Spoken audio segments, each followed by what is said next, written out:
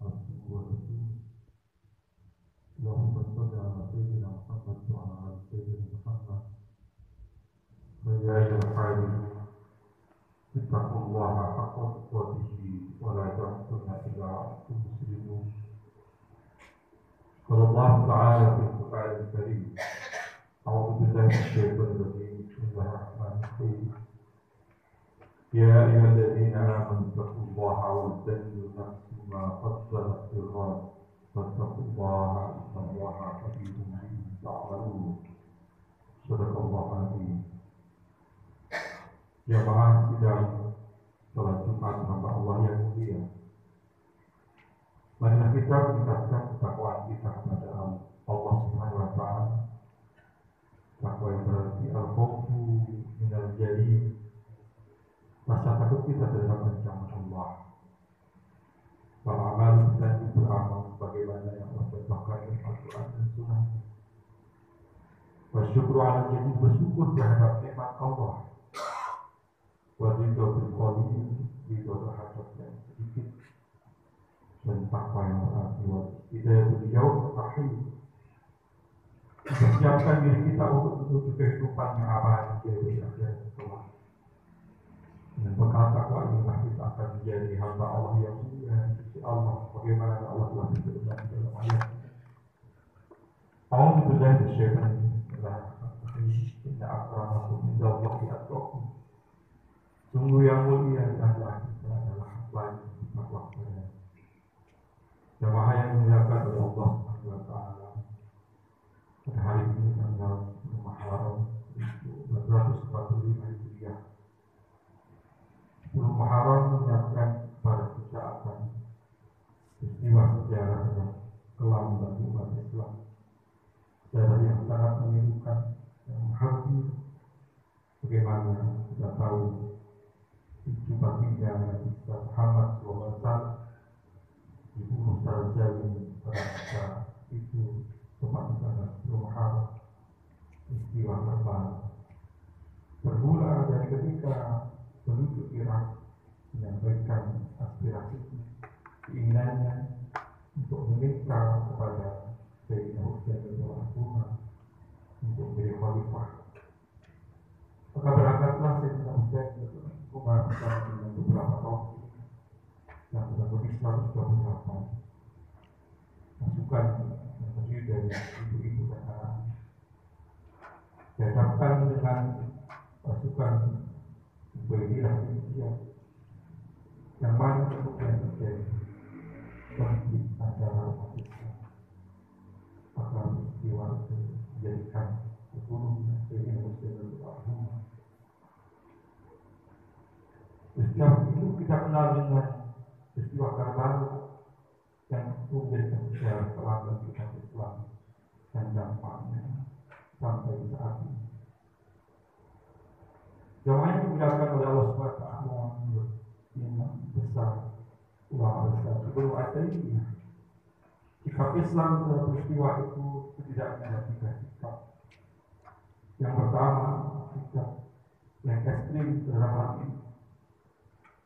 Pembunuhan pembantaian itu dapat yang pertama adalah dihindarkan karena Husain dianggap sebagai pemberontak. Sikap yang kedua, sikap yang ekstrim pula. Mereka begitu mencintai Husain secara membabi buta, bahkan sampai mereka tidak percaya, terhadap ashabul awal, sahabat-sahabat Nabi, di antaranya Abu Bakar, Umar, dan Utsman.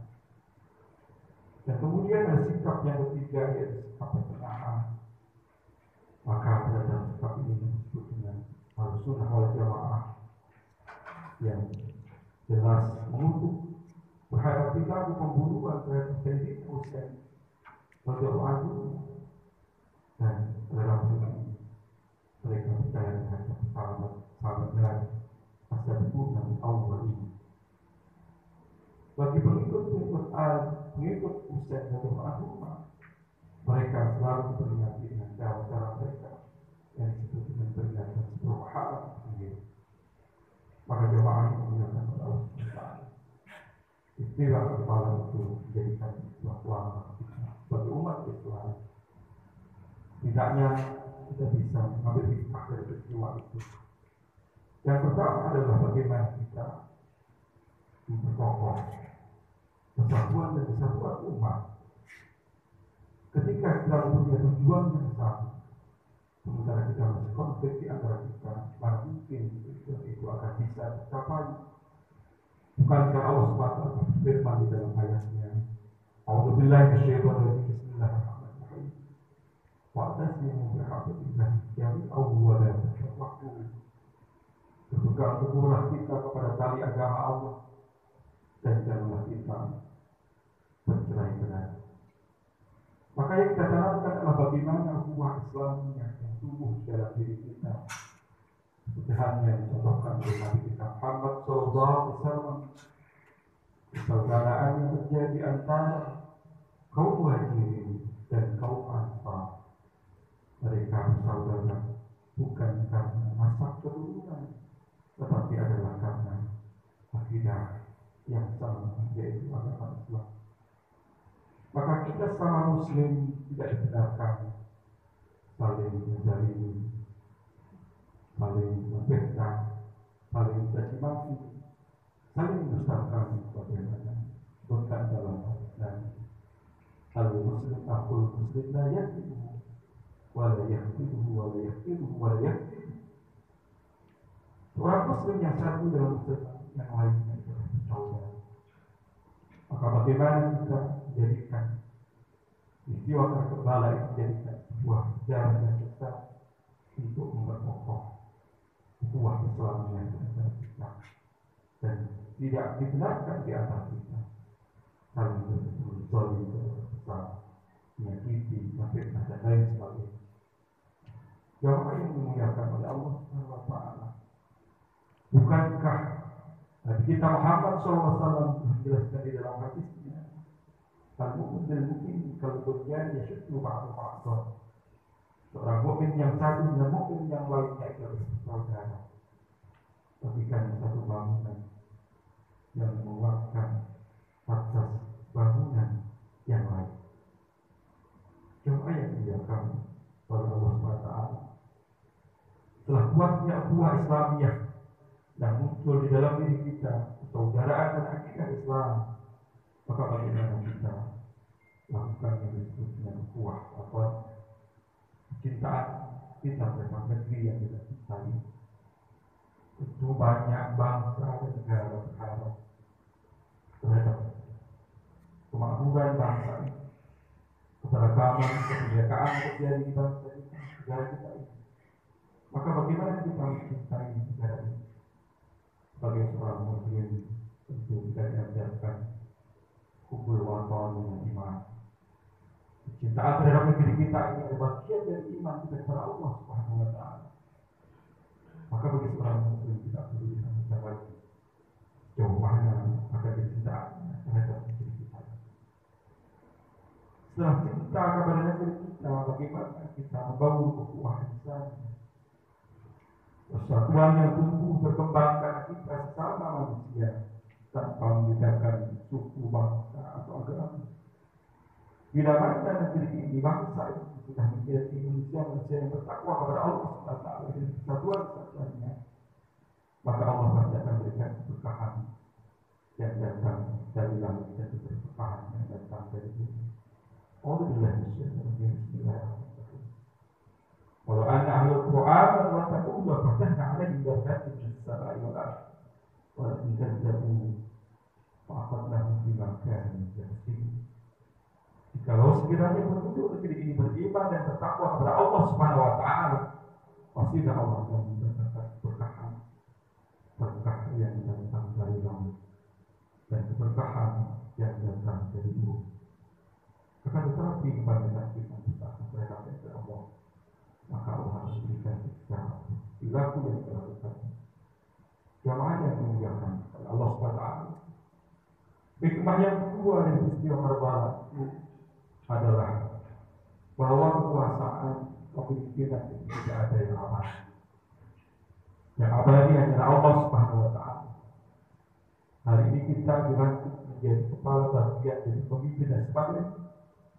Banyak tangan-tangan yang ingin segera menurunkan kita. Maka bagaimana kepemimpinan yang hanya sebentar waktunya itu kita gunakan dengan sebaik-baiknya untuk kemaslahatan umat, untuk membangun kemakmuran bangsa dan negeri yang kita cintai. Apabila kita sudah menjadi orang yang pemimpin yang adil, maka disebutkan dalam hadis Nabi Muhammad SAW, "Safa'atun yudhilluhu Allahu ta'ala fi dhillihi yawma la dhilla illa dhilluh." Ada 7 golongan yang akan dapatkan naungan di sisi Allah ketika naungan itu susah didapatkannya. Salah satunya adalah imamun adil, pemimpin yang adil. Menurut pahlawan kita, pahlawan pendidikan Bapak Ki Hajar Dewantara, yang menyemoto seorang pemimpin itu adalah ingat suatu tulodo. Apabila dia di depan, dia mampu memberikan tauladan contoh kepada anak buah. Ingat dia mengkata apabila di tengah bagaimana dia mampu mengayomi tanpa memihak kanan dan kiri, dan kemudian teguh di hatinya. Bagaimana seorang pemimpin itu apabila di belakang mampu memberikan motivasi kepada anak buahnya, kepada bawahannya untuk bekerja keras, untuk menjadi manusia yang beriman kepada Allah Subhanahu wa Ta'ala. Jamaah yang dimuliakan oleh Allah Subhanahu wa Ta'ala. Setiap diri kita adalah seorang pemimpin, dan seorang pemimpin nanti akan diminta jawaban di hadapan Allah Subhanahu wa Ta'ala. Maka sekecil apapun kita menjadi seorang pemimpin, boleh jadi kita menjadi seorang kepala rumah tangga, menjadi suami, bagaimana suami yang bertanggung jawab terhadap anak dan istrinya. Kenapa? Karena semua itu akan dimintai pertanggungjawaban di hadapan Allah Subhanahu wa Ta'ala. Jamaah yang dimuliakan oleh Allah Subhanahu wa Ta'ala, dengan peristiwa Karbala itu kita akan mendapatkan hikmah yang ketiga. Bagaimana kita mampu mengontrol jiwa kita, mengontrol jiwa dari kemalaikatan yang ada di dalam diri kita, jiwa kebinatangan yang ada di dalam diri kita, dan jiwa kesetanan yang ada di dalam diri kita. Menurut Imam Al-Ghazali, manusia itu terdapat 3 unsur. Ada unsur malaikat yang ada di dalam diri kita, ada unsur binatang yang ada di dalam diri kita, ada unsur setan yang ada di dalam diri kita. Bagaimana semua itu kita mampu untuk mengontrolnya? Allah tidak perintahkan kepada kita 24 jam untuk beribadah kepadanya seperti ibadah malaikat, tapi Allah perintahkan kepada kita sesuai dengan kemampuan yang kita miliki. Alhamdulillah ya syaitan, bismillahirrahmanirrahim. La yukallifu Allahu nafsan illa wus'aha. Allah tidak berikan beban kepada kita kecuali dengan kemampuan kita. Bagaimana unsur kebinatangan yang ada di dalam diri kita mampu kita kendalikan? Sifat binatang yang hanya berpikir terlalu makan dan minum dan melampiaskan hawa nafsunya. Bagaimana kita mampu mengontrol makan dan minum itu untuk beribadah kepada Allah SWT. Hawa nafsu kita dengan cara yang halal dan diperintahkan oleh Allah SWT. Bagaimana kita mampu mengontrol tentang sifat kesehatan dalam diri kita? Setan yang cenderung iri dengki terhadap sesama, senang melihat orang lain susah dan susah melihat orang lain senang. Maka kita harus mampu mengontrolnya. Bagaimana sifat iri dengki ini kepada orang-orang yang ahli ilmu dan ilmunya diamalkan untuk beribadah kepada Allah Subhanahu wa Ta'ala. Jamaah yang dimuliakan oleh Allah Subhanahu wa Ta'ala. Hikmah yang keempat adalah bagaimana kita menjadi manusia yang mewujudkan perdamaian di negeri yang kita cintai. Jangankan manusia, makhluk yang lain pun juga butuh perdamaian di negeri ini. Bagaimana kisah tentang semut yang mencari makan yang tidak nyaman ketika kedatangan pasukan Sulaiman Nabi Sulaiman. Maka untuk mewujudkan perdamaian dalam diri ini, kita harus melakukan beberapa hal di antaranya tidak mudah terprovokasi terhadap fitnah isu-isu yang tidak dibenarkan. Maka kita harus menjaga diri kita dari perkataan dan perbuatan informasi yang tidak dibenarkan. Bagaimana kalau kita lihat media massa? Begitu banyaknya orang-orang yang baik dianggap tidak baik, orang-orang yang tidak baik dianggap baik, itu bisa terjadi. Maka kita harus mampu untuk memilah dan memilih bagaimana informasi itu benar atau tidak. Dan yang kedua, untuk menjadi perdamaian itu diwujudkan dengan sikap sabar. Sabar dalam taat kita kepada Allah Subhanahu wa taala. Sabar dalam menghadapi ujian musibah yang datang dari Allah Subhanahu wa taala. Dan itu sabar dalam hal ini menjadikan kita penolong dalam hidup kita. Allah Subhanahu wa taala berfirman di dalam ayat Bismillahirrahmanirrahim. Ya ayyuhalladzina amanu ista'inu bis-sabri was-salah. Innallaha ma'as sabirin. Hai orang-orang yang beriman, jadikanlah salat dan sabar untuk memberikan penolong kita. Kedamaian itu bisa kita bangun dengan sikap yang namanya syukur. Bagaimana kita mampu bersyukur dengan nikmat Allah Subhanahu wa taala.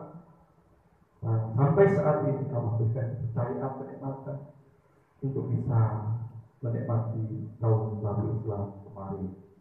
Kita diberikan oleh Allah kepercayaan umur yang panjang. Berapa banyak nikmat-nikmat itu yang Allah berikan kepada kita. Tentu kita tidak sanggup untuk menghitungnya. Syukur kita dengan lisan, bagaimana lisan ini kita perlu dengan kalimah-kalimah thayyibah untuk mengucapkan kata-kata yang indah. Subhanallah walhamdulillah wa la ilaha illallah wallahu akbar. Bagaimana syukur dengan perbuatan kita berkomitmen kepada diri kita kepada Allah Subhanahu wa taala untuk terus berbuat kebajikan sampai akhir hayat kita. Syukur dengan hati kita, bagaimana meneguhkan diri ini untuk istiqamah di jalan Allah Subhanahu wa taala. Maka apabila kita mampu terhadap hal ini, insyaallah kita akan menjadi hamba Allah Subhanahu wa taala yang jauh dari perilaku kesesatan. Allah berikan kepada kita keberkahan dunia dan akhirat kita, dan Allah akan menjadikan keluarga kita menjadi keluarga sakinah mawaddah warahmah. Amin ya rabbal alamin.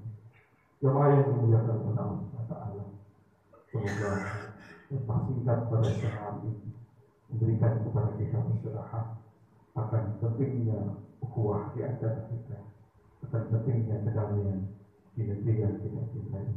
Alhamdulillah فإن شكرتم ولا أزيدنكم ولئن كفرتم إن عذابي لشديد. بارك الله لي ولكم في القرآن العظيم ونفعني وإياكم بالآيات والذكر الحكيم وقل رب اغفر وارحم وأنت